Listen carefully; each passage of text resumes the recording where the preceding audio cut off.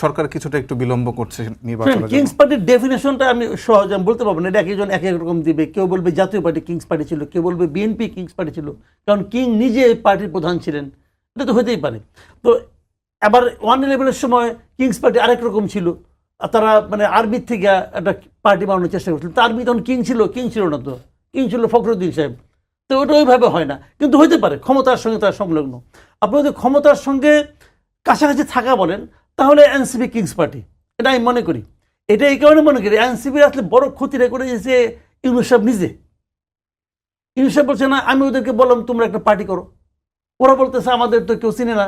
আমি তারা বললাম ওদেরকে বললাম তোমাদের দেশের সমস্ত লোক চিনে, তারা পার্টি করতেছে। সবচেয়ে বড় ড্যামেজটা এনসিপি করে দিয়েছে ইউনূস সাহেব নিজে। এই কথা বলার মাধ্যমে উনি প্রমাণ করে দিয়েছেন এটা তার পার্টি, উনি প্রমাণ করছেন। আজকে আবার দেখেন 2-3টা ঘটনা বলি আমি আপনাকে। আজকে আবার সাজিদ আলম একটা স্ট্যাটাস দিছে, উনি তাকে নির্বাচিত প্রধানমন্ত্রী হিসেবে দেখার তার অনেক আকাঙ্ক্ষা 5 বছরের। তার মানে কি দাঁড়াচ্ছে যে উনিও ওই কিংকে পছন্দ করতেছেন, ওনাকে উনি ভালোভাবে কিং হিসেবে পাতে চান। আবার গতকালকে দেখলাম এক ইউটিউবার সে একটা থিওরি দিচ্ছে যে কিভাবে 2029 সাল পর্যন্ত ইউনূস সাহেবের থাকা উচিত। মিলে যায় কিন্তু এগুলো। তো এগুলি ইকুয়েশন ধরলে পরে মনে হয় যে ইউনূস সাহেব হয়তো থাকতে চান। আর ইউনূস সাহেবের একটা স্বভাব আছে, কোনো একটা পথ পেলে উনি ছাড়তে চান না, ওনার কোনো ছাড়ার ইতিহাস নাই, জোর করে ছাড়া দিলে ছাড়ে। গ্রামীণ ব্যাংকের জন্য যখন এমডি ছিলেন, গ্রামীণ ব্যাংকের নিয়মে আছে, অধ্যাদেশে আছে এমডির বয়স হবো 60 বছর, ওনার পরের জন্য 71 বছর।